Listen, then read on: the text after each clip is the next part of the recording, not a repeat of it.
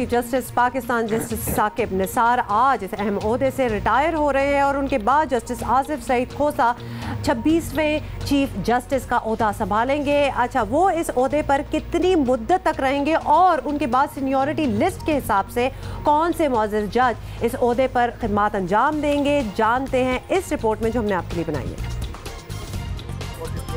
Chief justice mister justice Saqib Nisar 17 जनवरी 2019 को इस अहम ओहदे से रिटायर हो रहे हैं। उन्होंने मुल्क के 25वें चीफ जस्टिस के ओहदे का हलफ 31 दिसंबर 2016 को chief justice justice Anwar Zaheer Jamali की रिटायरमेंट के बाद उठाया था। Chief justice justice Saqib Nisar के बाद सुप्रीम कोर्ट के सबसे सीनियर जज जस्टिस आसिफ सईद खान खोसा 18 जनवरी 2019 को इस ओहदे का हलफ लेंगे, मगर आईन में सुप्रीम कोर्ट के जजों की रिटायरमेंट की उम्र 65 साल मुकर्रर होने के बायस वो इस ओहदे पर सिर्फ 11 माह और 3 दिन खिदमत अंजाम देंगे और इसी साल के इख्तिताम पर 20 दिसंबर 2019 को रिटायर हो जाएंगे। जस्टिस आसिफ सईद खान खोसा की मुद्दत के दौरान ही मुअज़्ज़ज़ जज जस्टिस शेख अजमत सईद रिटायर हो जाएंगे। जस्टिस आसिफ सईद खान खोसा के बाद चीफ जस्टिस ऑफ पाकिस्तान के ओहदे पर जस्टिस गुलजार अहमद फाइज होंगे, जो 21 दिसंबर 2019 को मुल्क के 27वें चीफ जस्टिस के ओहदे का हलफ उठाएंगे और 1 फरवरी 2022 को रिटायर होंगे। वो इस ओहदे पर 2 साल 1 माह और 12 दिन तक खिदमत अंजाम देंगे। उनके ओहदे की मुद्दत के दौरान ही मुअज़्ज़ज़ जज जस्टिस मुशीर आलम रिटायर हो जाएंगे। इसलिए सीनियरिटी लिस्ट के हिसाब से justice Umar Ata Bandial chief justice of Pakistan के ओहदे का हलफ 2 फरवरी 2022 को उठाएंगे और 16 सितंबर 2023 तक इस ओहदे पर जिम्मेदारियां अंजाम देंगे। उनके ओहदे की मुद्दत 1 साल 7 माह और 15 दिन होगी। चलें जी, that was the timeline that we wanted to share with you. अभी हम chief justice of Pakistan justice Mian Saqib Nisar के टेन्योर पे बात करेंगे और उनका दौर कैसा रहा, इस पे हमने पहले भी आरा शामिल की। अब हमने दावत दी है साबिक अटॉर्नी जनरल इरफान कादिर साहब को। बहुत शुक्रिया इरफान कादिर साहब, आपने वक्त दिया। फरमाइएगा, आइन के दायरा कार को देखा जाए, उसमें रहते हुए चीफ जस्टिस साहब ने जो इक़दाम उठाए हैं, इंतज़ामी उमूर से मुतालिक जो एक्शन लिए, जो फैसले दिए, जो एक्शंस लिए, आप समझते हैं कि सिस्टम को ओवरऑल इससे फ़ायदा पहुंचा है?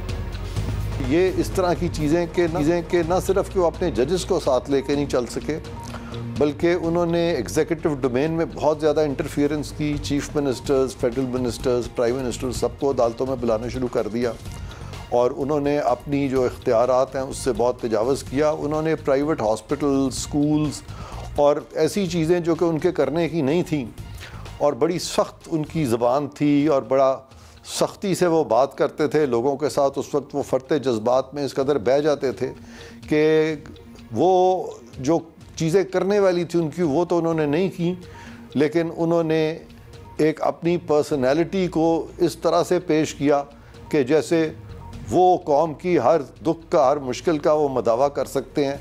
और इस सारी चीज़ में, इस सारी काविश में जो ड्यू प्रोसेस है उसको उन्होंने डाल दिया।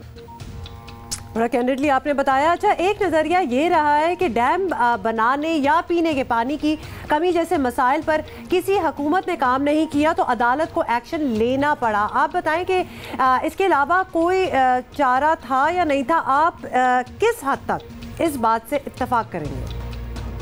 जी, मैं बिल्कुल इस चीज़ से इत्तफाक नहीं कर सकता, क्योंकि जैसे मैंने आपसे अर्ज़ की कि पाकिस्तान के अदालतों में लाखों केसेस जो हैं वो अल्तवा में पड़े हुए हैं। अपना काम जज साहिबान कर नहीं सक रहे।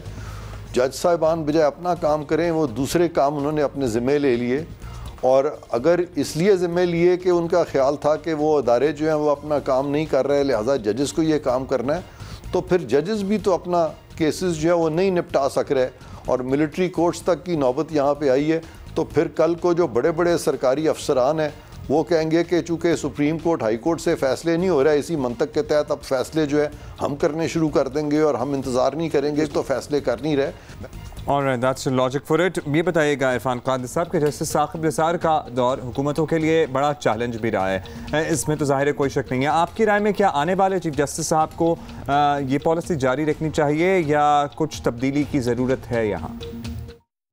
मैं समझता हूँ कि आने वाले चीफ जस्टिस साहब जो हैं वो इस पॉलिसी को कतन जारी नहीं रखेंगे और उनसे बड़ी तवक्कुआत हैं हमारी कौम की। और उनके वक्त में जिस कदर अब तनज़ली हो गई है, मज़ीद तनज़ली मैं नहीं समझता कि होने दी जाएगी। और आने वाले चीफ जस्टिस साहब जो हैं वो ऐसे इकदाम करेंगे जिससे कि जज साहिबान और चीफ जस्टिस जो हैं वो अपने दायरा इख्तियार में रहकर काम करें, ना कि उस दायरे से बाहर निकल के दूसरों की डोमेन में शुरू कर दें। ऑलराइट, बहुत बहुत शुक्रिया हमसे बात करने का, और बड़े ही ओपनली आपने बताया how you feel about his tenure. अच्छा जी, we need to move on, और आपको पेशावर लेके जाना है हमने, क्योंकि अच्छा हमने पेशावर तो ले जाएंगे, लेकिन मैं सोच रहा था कि एक इंसान ने एक ओहदे पे इतना अरसा काम किया हो, एज एन एक इंस्टीट्यूशन में सर्व किया हो, तो this must be a very emotional day for chief justice साहब इस बार। हाँ, और कितना अरसा उन्होंने as chief justice obviously chief justice के ओहदे तक पहुंचे, जुडिशरी में सर्व करते the whole career is ending today. You are very right, yes absolutely, retirement itself I am sure is an emotional time.